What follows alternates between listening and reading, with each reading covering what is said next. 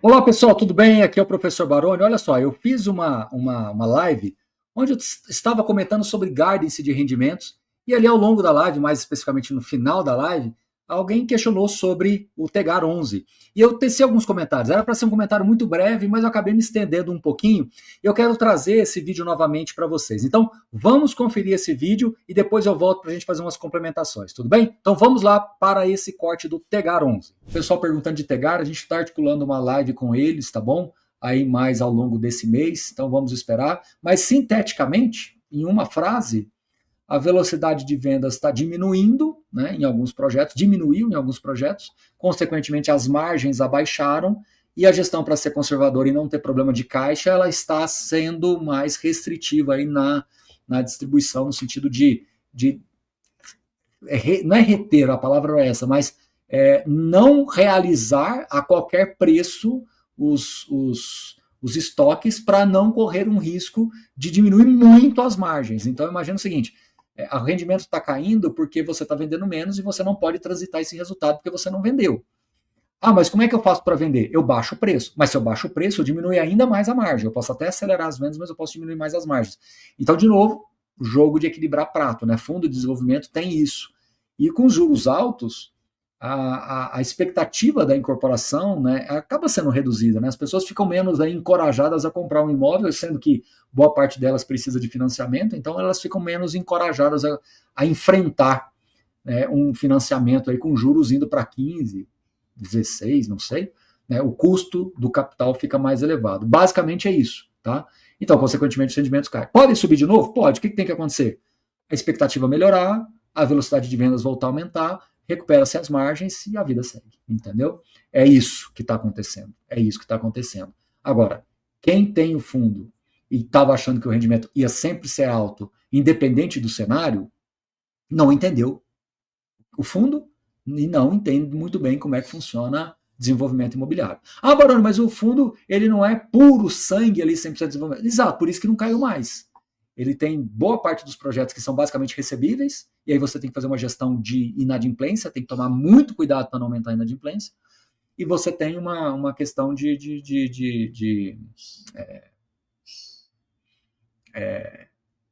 manter a carteira saudável, e você também tem um book de CRIs lá, que é mais ou menos uns 15%, tá bom? Gostaram do vídeo? Né? Bem interessante, falei algumas coisas legais, mas olha só, quando eu estava ali terminando, na verdade eu terminei a live, né? Encerrei ali a transmissão ao vivo, eu olhei no chat e vi que alguém colocou assim, mas Baroni, o gestor ele pode reter os resultados? E eu quis aqui fazer até uma segunda parte desse vídeo para explicar para vocês um pouquinho melhor sobre o que isso significa, né? Então, como é um fundo de desenvolvimento, ele tem as SPS. E essas SPS têm resultados que transitam, né? Porque são desenvolvimentos imobiliários, né? São projetos imobiliários, e esses resultados transitam para o fundo.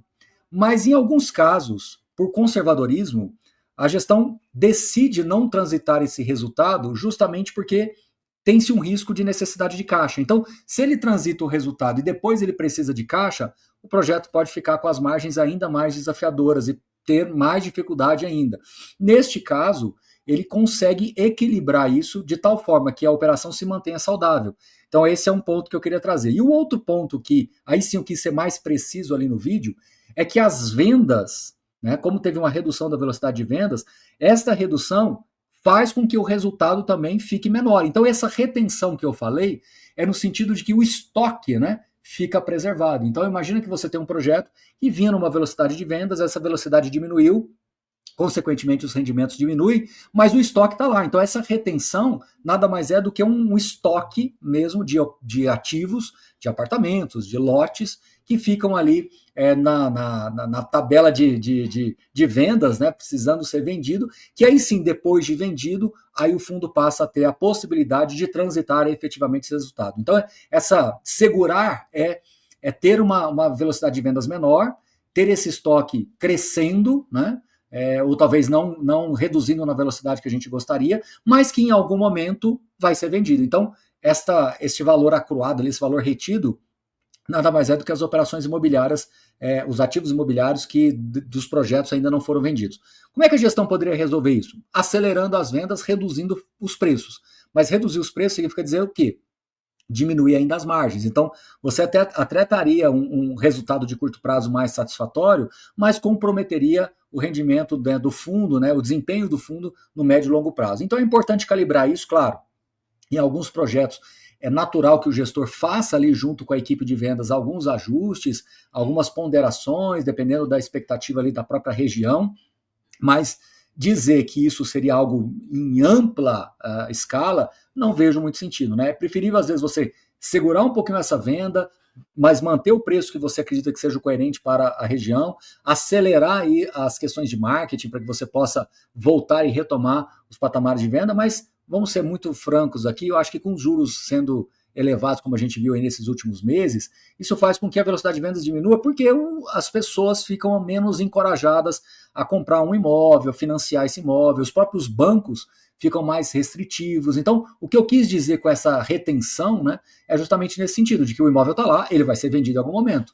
O rendimento cai, óbvio, porque as margens diminuem, as velocidades de venda diminuem, ele não pode reconhecer, mas no médio e longo prazo a tendência é que isso possa ser retomado à medida que você tem um cenário mais estabilizado, tá bom? É um fundo realmente um pouco diferente daquilo que é o habitual, mas como eu disse para vocês no corte, né, eu quero reafirmar aqui agora para vocês de que nós estamos aí trabalhando junto com a gestão para termos uma live com eles, tá? Obviamente são muitas informações, são muitas coisas, e a gente gostaria que eles trouxessem um pouco mais de cor, né, com relação a essas questões, até para que fique ainda melhor explicada a tese do fundo, o contexto do fundo, o cenário que eles estão enxergando ali para a média geral dos projetos. Tudo bem? Trazer alguns exemplos, talvez específicos, pode ajudar também a vocês entenderem, né, casos que estão mais desafiadores, casos que realmente teve até uma situação diferente, né, ficou acima das expectativas. Então, tudo isso é interessante aí, a gente está trabalhando com eles no sentido de pedir essas informações, eles estão lá trabalhando nisso para que a gente possa fazer essa live aí. Até o final do mês a gente quer fazer isso para vocês, tá bom? Se não der no final desse mês, a gente faz no início do próximo, mas a ideia é que isso está endereçado e a gente entende a preocupação dos investidores, né? Afinal, essa queda incomoda muito, né? Então é nada mais razoável e sensato a gente trazer o próprio gestor para explicar, mostrar que o fundo trabalha com essas margens, né? E as margens diminuíram, mas ele ainda tem bastante folga, né? Ou seja, nós não estamos aqui falando de uma insolvência completa, uma dificuldade estrutural muito grande, não. É simplesmente uma mudança de expectativas de rota, mas está sendo bem endereçado aí e a gente vai trazer isso para vocês, tá bom? No mais, um grande abraço, pessoal. Se vocês gostaram do vídeo, compartilhe com os amigos, deixe seu comentário, curta, né? E, mais do que isso, se inscreva no canal se você ainda não é inscrito. Um grande abraço, até a próxima e valeu!